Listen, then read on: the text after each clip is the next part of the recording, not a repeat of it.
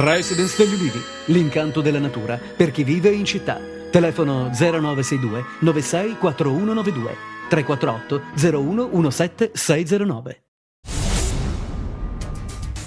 È di circa 15 milioni di euro il valore di beni immobili sequestrati dalla GDF di Milano in diverse province della Lombardia e a Reggio Calabria. Si tratta in particolare di appartamenti, box e cantine. Il sequestro preventivo nei confronti di affiliati all''ndrangheta è finalizzato alla confisca ed è stato disposto nell'ambito dell'inchiesta Infinito che lo scorso luglio ha portato a circa 300 arresti. I sequestri riguarderebbero anche alcuni immobili appartenenti a Pino Neri e Pasquale Zappia.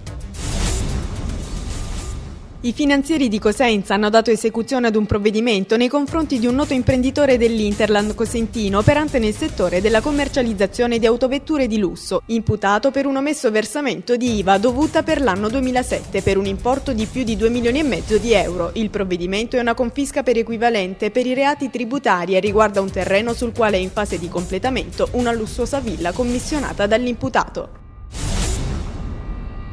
Un uomo di 82 anni, Cesare Stratacò, residente a Marcedusa, è morto in seguito ad un incidente stradale avvenuto sulla strada statale 106 Ionica a Botricello. La vittima è stata investita da un furgone in transito Renault Master mentre attraversava la strada statale. Sono intervenuti sul posto la polizia stradale per effettuare i rilievi e una squadra di pronto intervento dell'ANAS per la gestione della viabilità. Allertato anche l'elisoccorso.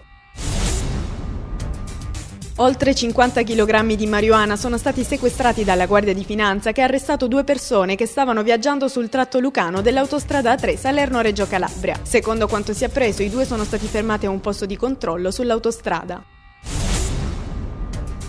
Un calabrese di 66 anni, GR, è stato fermato dai carabinieri nel Reggiano con l'accusa di tentato omicidio nei confronti dell'imprenditore calabrese Vito Lombardo. Il fatto è avvenuto la sera del 23 novembre scorso. La direzione distrettuale antimafia di Bologna, che coordina le indagini, ha chiesto che non vengano divulgati altri dati informativi per non pregiudicare le indagini in corso.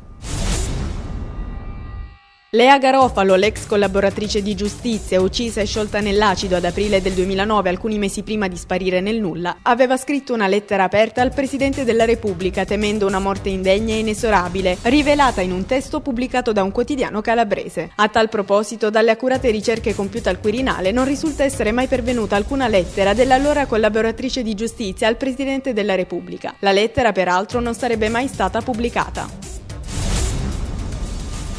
Gianfranco Saccomanno si è ritirato dal ballottaggio per l'elezione del sindaco di Rosarno in programma per il 12 e il 13 dicembre prossimi. Lo ha annunciato lo stesso candidato nel corso di una conferenza stampa alla quale erano presenti numerosi candidati delle liste civiche che lo hanno appoggiato. Saccomanno, che è stato sindaco di Rosarno fino al 2005, era giunto nelle consultazioni svoltesi domenica e lunedì scorso al secondo posto, preceduto dalla candidata del PD Elisabetta Tripodi.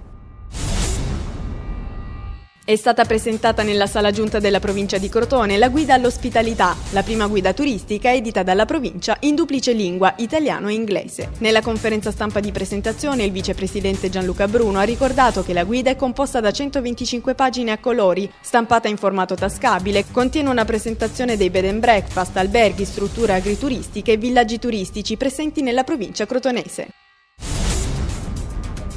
Conclusa a Catanzaro l'8ª edizione del Festival d'autunno con Ciao Frankie, omaggio a Frank Sinatra, di e con Massimo Lopez, accompagnato dalla Big Jets Company. Prima di salire sul palco del Politeama per lo spettacolo di chiusura della Kermesse catanzarese diretta da Antonietta Santa Croce, lo showman ha raccontato il suo modo di intendere la risata e il suo rapporto con la TV, per poi offrire al pubblico calabrese una serata a ritmo di swing e tanta comicità.